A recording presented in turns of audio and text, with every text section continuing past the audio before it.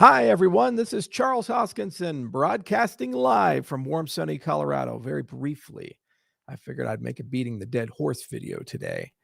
As usual, ETC is rearing its head again, this time because of the minor transition.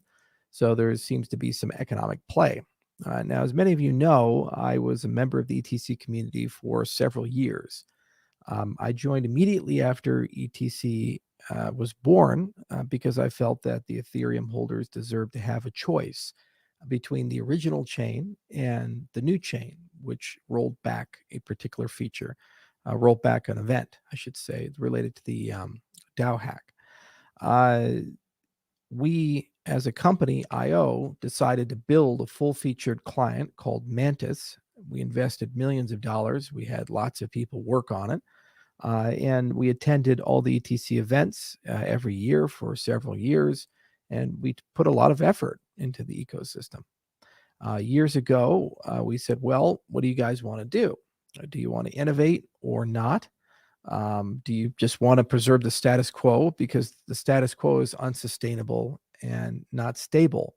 The design of Ethereum is flawed. Everybody agrees to that.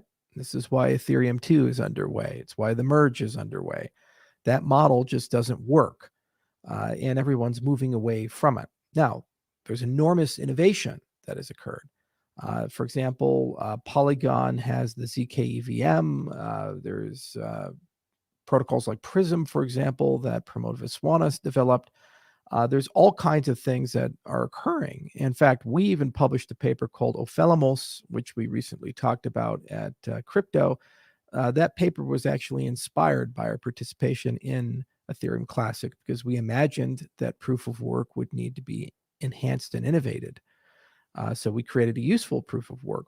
We started that research agenda years ago when we were still members of that community. The problem is that there's no money in working on ETC. There was an attempt to put a treasury system in, and that fell apart when it was going to be structured in a way that if ETC went up, the developers would actually have to give the excess profits back. So in other words, the investors, the people like Grayscale who own it, they buy ETC, they get to hold it and keep it. And if it goes up, they keep the profits. But the people actually building the chain don't get anything. They only get time and materials work. Okay. So the people doing all the work get paid time and materials, and people who do no work just buy ETC. They get all the profits. So why not just buy ETC? Why do any work at all? Why actually invest time, effort, and money into building up a project? So it wasn't a reasonable or well thought out approach. And so we just said, there doesn't seem to be any desire to really innovate here. That's fine. And I thought that was the end of it. Now, I still have the Ethereum Classic Twitter handle. And lately, members of that community have been reaching out, harassing me through multiple channels, demanding that I turn it back to its rightful owners. True to form, there's just demands, nothing for it. And this is just the nature of this community. I don't understand what they want or what they seek to accomplish. At the end of the day, even if they get the miners from Ethereum, they're stuck with all the problems of Ethereum that Ethereum is actively discarding their old chain to attempt to resolve. They have no technical team, no real dApp traction at all, and no philosophy other than, well, we are really angry that Vitalik did something years ago, and we're the true chain, the true vision of Vitalik. Could have been something very different. It could have been a technological marvel that would have looked at proof of work from an actual viable, scalable way and shown new ways to do things. It could have been a bastion of formal verification for Solidity and the EVM. Could have been first introduced recursive snarks. Could have had a high throughput proof of work algorithm. I mean, don't take my word for it. Take a look at these papers that were written by credible scientists at Princeton and University of Illinois and so forth, like Prism, for example, scaling Bitcoin by 10,000x. They also tried it on the Ethereum virtual machine. They got over 100x. And this is a 2018 paper. The world has moved on. First to market with useful proof of work. And then look at these beautiful things Polygon's done. And there's many, many, many more. So anyway, my recommendation is if you're interested in proof of work, Ergo is a real project, and it's an example of something that has a philosophy.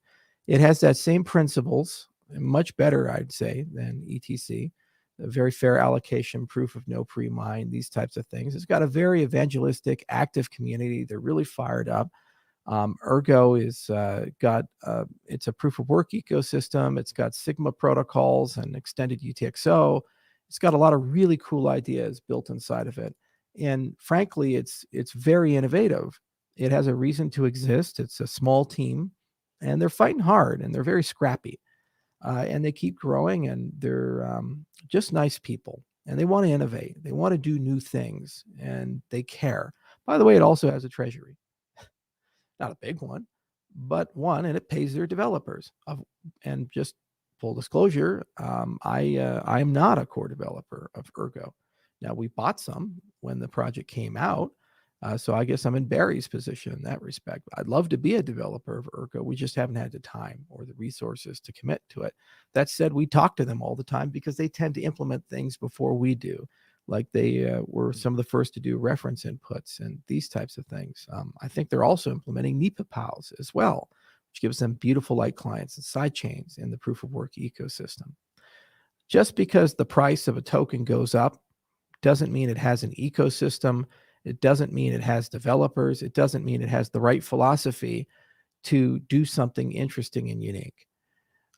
I tend to look at fundamentals, and there was a moment in the history in the cryptocurrency space where Ethereum Classic could have had phenomenal fundamentals, gotten a different brand, and become something unique and treasured. I feel that moment's close. Now, I could be wrong, but I've been dragged back into it because of the Twitter handle. Not going to give it away. Just going to keep it. It's a memento, just like the things in my office. And you guys are just going to have to figure out what to do.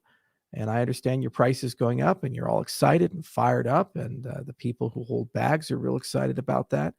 But ultimately, you have to say, are there developers?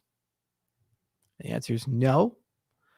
Is there a roadmap that's reasonable and that roadmap is going to go places? And are people behind that roadmap who have the resources and the ability to execute? No.